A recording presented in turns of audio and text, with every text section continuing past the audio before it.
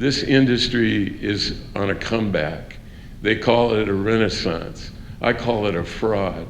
And the fraud is brought by the nuclear Pied Piper, who's singing the same songs that were sung before that attempted to mislead people, and we lived through that misleading time. So Jan, what led you to make the movie, and what do you hope the audience will take away from it? Well, I want to thank you all for coming. Apparently this is the first anti-nuclear event in Eugene in anyone's memories.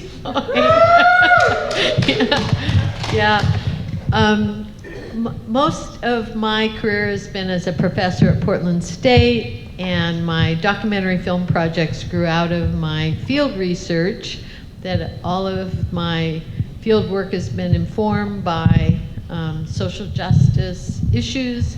My documentary film projects grew out of field work and using the medium of a documentary to bring issues of public concern and controversy into a form, venues like this, where people can engage around particular issues that are anxiety-provoking or controversial. So as a psychologist, I've been very interested in how public anxieties are managed around a social issue. And certainly with this, with nuclear power and the attempts to revive nuclear power, which Cathy Sampson Kruse sensitized me to out of our earlier project film we worked on together. She said, you know, this issue of nuclear power has been kind of under the radar of the environmental movement, and it hasn't mobilized people in the way it should. So I began looking at it and became interested in how the propaganda around nuclear power has a long history, and how, so this film in a way is about the history of propaganda around nuclear power that people have been afraid of since the beginning, and for good reasons. And how this industry, including this revival, the so-called renaissance of nuclear power, has distanced itself from, you know, kind of cast the older generation of nuclear activists as kind of still kind of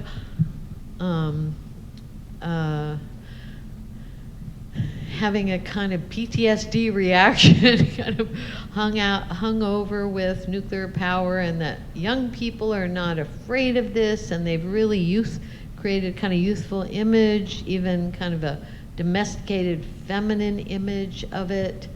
And so I really began to follow over a period of a year and a half how this industry was promoting itself against, you know, with tremendous support behind it. And so I felt like there was really a need for a documentary that kind of addressed that, encouraged by my colleagues here. Thank you, that was great. Next, I'd like to introduce Cathy Sampson Kruse, who was also in the movie. She is from the Kalula-Pum. Oh, sorry, I tried to get a pronunciation of this, but I blew it. Walula-Pum Confederated Tribes of the Umatilla Indian Reservation. She's a retired social worker and associate producer. She was featured in the film. And Cathy is also an associate, I already said that, and she was also an associate producer and featured in The Necessity, Climate Justice, and The Thin Green Line. So Cathy, I have a question for you. You're featured in the film, as I've said, and as well, and the film came out of a previous one that you had with Jan. Why do you think this is an important continuation of the previous work on climate justice? And also you say in the film that we stand on a thin green line, and what do you mean by that metaphor? Oh, thank you. Can you hear me okay, folks? Yes. Who said no?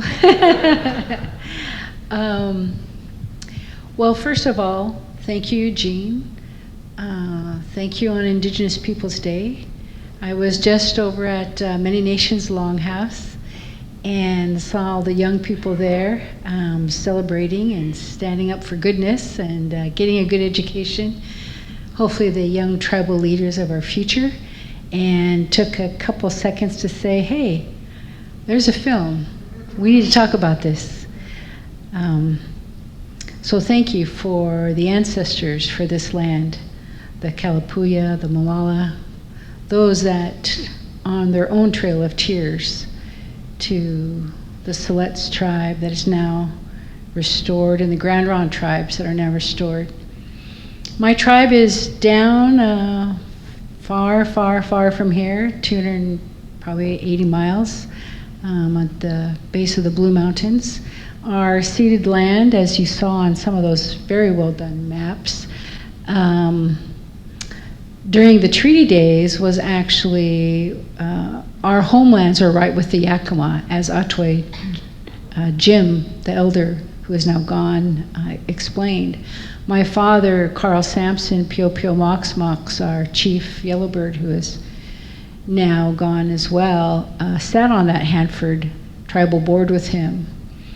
And as we look at the history and what was told within our families and with our tribal meetings, it's always been, excuse my French, just a pain in the ass to deal with the government on all of these issues.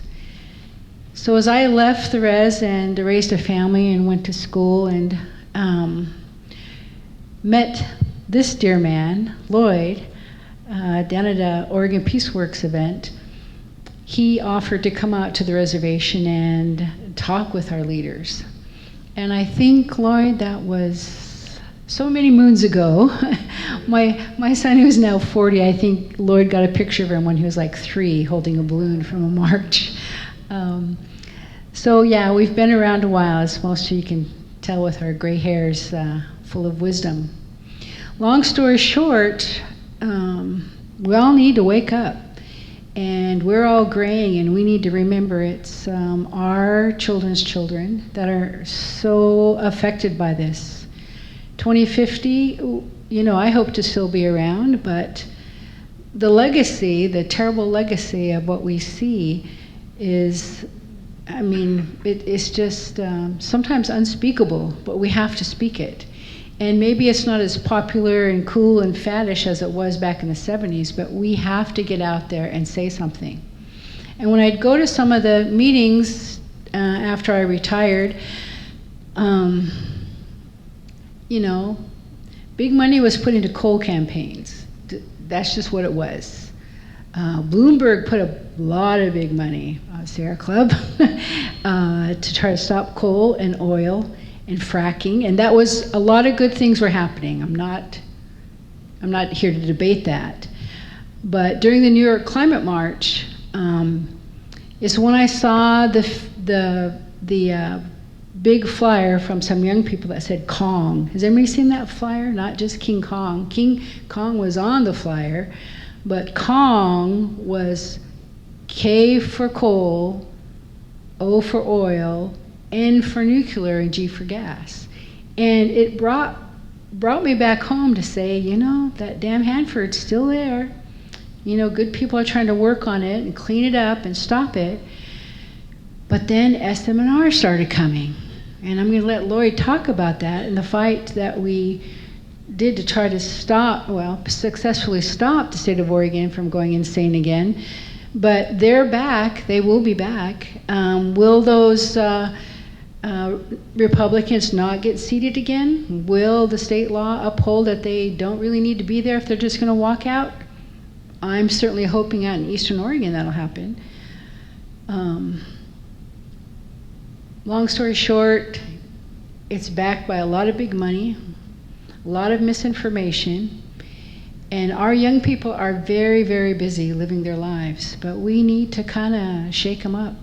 We need to kind of sit them down at the table and say, hey, you really need to pay attention to this. We love you. We're not going to be around here when this might all melt down, but you all need to come to the table. I thought of, my husband and I have 8 children. We just had our 15th grandchildren. And, I look at that little boy, his name's Ocean Kukumiak, and his big sister Juniper. And I'm hoping the day when he'll walk in that march with me, just as his big sister did, and just as his mother did. And there's more than marching, there's more than a petition to sign, and sometimes it's putting our body on the line. And that's what I saw in the courage that Lloyd and all of those young people did back at Trojan. So y'all need to do what you can. And if it means direct action when the call comes, that's what we need to do. Ai, katsiayo.